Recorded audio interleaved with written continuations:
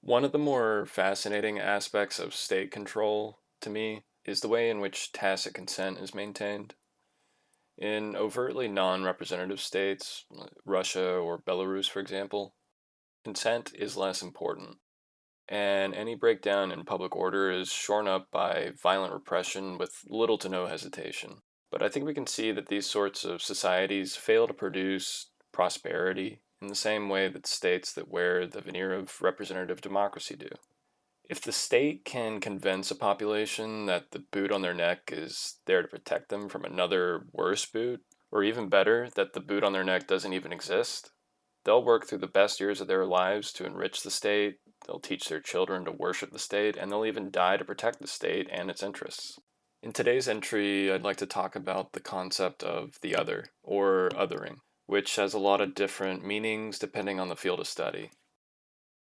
But for the purpose of this entry, we'll define othering as a process whereby individuals and groups are treated and marked as different and inferior from the dominant social group. States use arbitrary, though often perceivable, differences to inspire fear, disgust, and contempt, ensuring that its support base or citizens understand that the state is necessary. This process of othering does not only extend to the foreigner.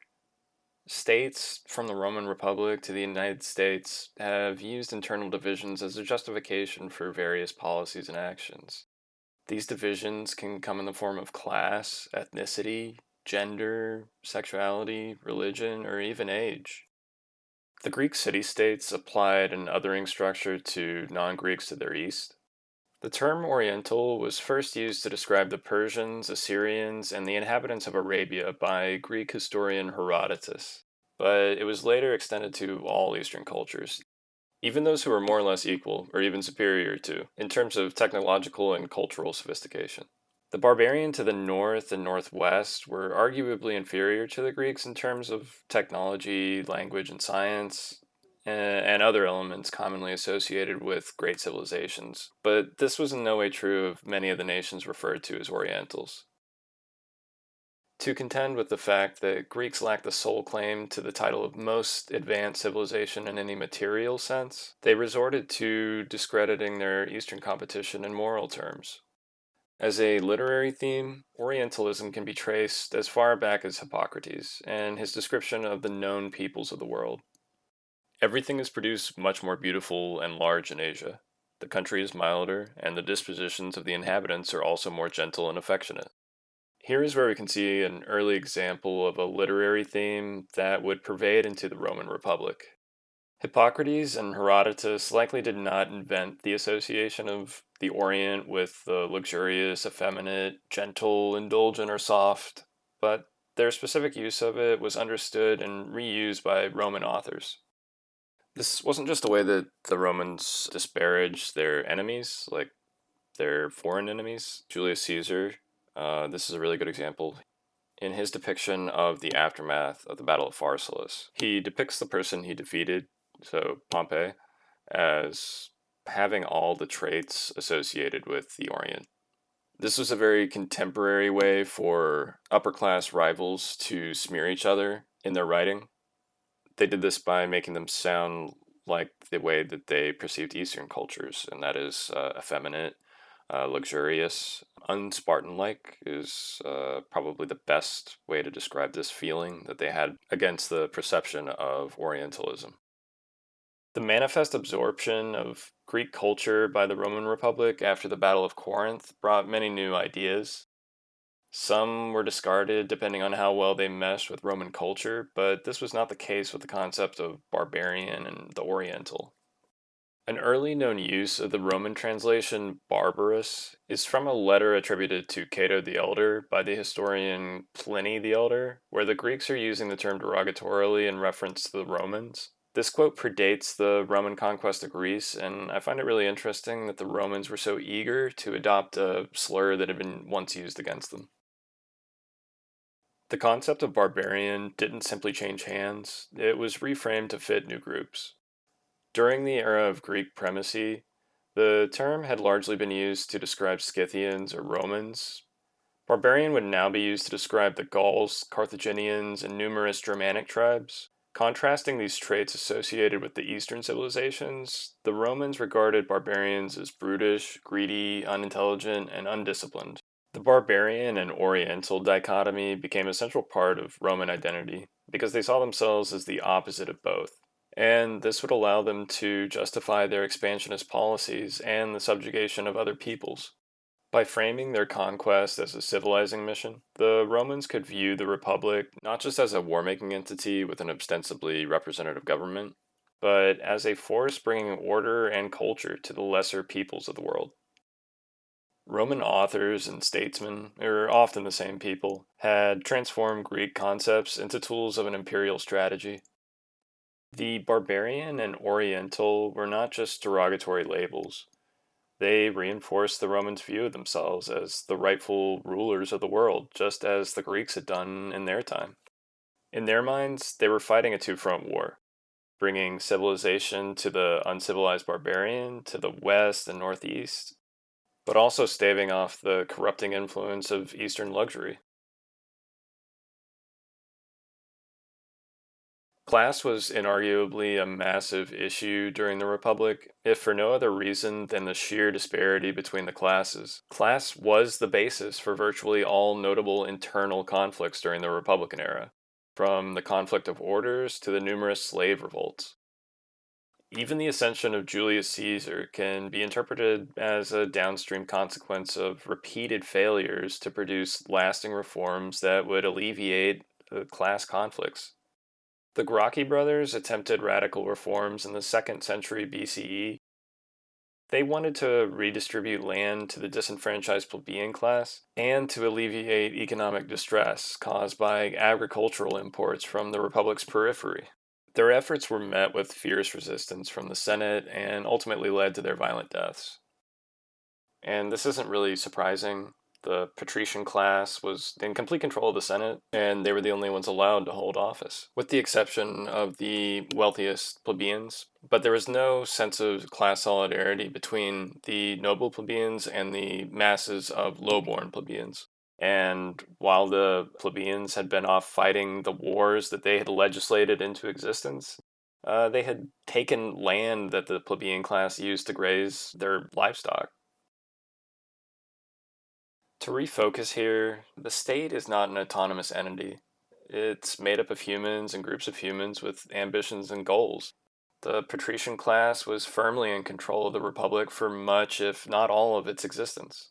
It maintained its hold through various means, including control of religion, relentless class warfare, and strategic manipulation of social divisions in Rome. Social divisions are a useful tool for states because they allow the same othering that's normally applied outside of the state to be reused on its own citizens. It reminds me of one way I've heard fascism described, and that is that fascism is simply colonialism turned inward. A little off topic, but they just have a similar vibe to me. The term cultural hegemony was coined by Italian Marxist Antonio Gramsci. It's the idea that a dominant social class can define and control the values and beliefs of a diverse society. There's no doubt that the Roman Republic was a diverse society, just as there is no doubt that the patrician class was dominant. Historian T.J. Jackson Lears describes aspects of this theory that assist in analyzing patrician tactics. Ruling groups do not maintain their hegemony merely by giving their domination an aura of moral authority through the creation and perpetuation of legitimating symbols. They must also seek to win the consent of subordinate groups to the existing social order. The patricians were also adept at exploiting divisions within the lower classes. They often co-opted wealthy plebeians by offering them limited access to power and privileges. The Equites are a shining example of this strategy. The incorporation of the wealthiest of landowning plebeians into a political class created a social buffer that served to maintain the status quo, even if its inception was a result of wartime pragmatism. Not to suggest that there were never any conflicts between the Equites and the patricians, it's just that they did not fundamentally threaten the status quo. The creation of another higher middle class meant that the usual conflict between the patricians and the plebeians was buffered by conflict between three classes. In other words, the Republic had created a new class division and made others out of two groups of plebeians. Another thing, the Lear's quote should not suggest that patrician dominance in the religious arena was unimportant. Religious rituals, festivals, and auguries were tools used to reinforce the idea that the patrician class was uniquely qualified to interpret the will of the gods, and therefore to rule. The control held over religion by the patricians defined their ability to control access to key religious offices, such as Pontifex Maximus, originally restricted to patricians, but then later extended to the equites. And the patricians also held control over which foreign cults got accepted into the official pantheon. A monopoly on religion, historically something that's very important to lower social classes, would serve as a process of exclusion, thus indicating to those outside the participatory classes that they were lesser. Mary Beard's book, titled How Do We Look, captures the essence of othering as a theme within the concept of civilization. And this theme was present through the Republic and most certainly into the Empire. Her assertion that civilization is as much about exclusion as it is about inclusion perfectly reflects the Roman practices of differentiating themselves from barbarians and Orientals in order to justify wars and expansion. Roman society was deeply patriarchal, with women's roles largely being confined to the domestic sphere. Roman law restricted women's legal and political rights, keeping them out of public forums where decisions about republic life were made. Women could not vote, hold office, or serve in the military, which were a part of Roman citizenship and civic life that defined what it meant to be part of Roman civilization. The institution of slavery was a cornerstone of the Roman economy and society, and slaves were entirely excluded from the concept of civilization. Much like women, slaves were seen as property rather than people, with no legal rights or personal freedoms. Their labor was crucial to the economic prosperity of the Republic, but their contributions were unrecognized within the Roman understanding of civilization. And yes, slaves were sometimes freed by their owners, but often it was in the service of gaming the electoral system. The Roman Republic relied on significant internal boundaries, and the marginalization of women and slaves was one of many. This process of othering reinforced social hierarchy and assisted the patrician class in maintaining dominance through a constant process of segmenting or preserving separation of the populace. The integration of Greek concepts of othering into Roman ideology illustrates a continuity of these exclusionary practices across civilizations. Greek notions of barbarism and Orientalism were adapted to fit Roman needs, reinforcing a dual front ideological battle, civilizing the West, and resisting the corruptive influence of the East. I also don't believe that the continuity ended with the Romans, nor do I think it's a coincidence that the European revitalization of the classics during the Enlightenment coincided with the beginning of colonialism.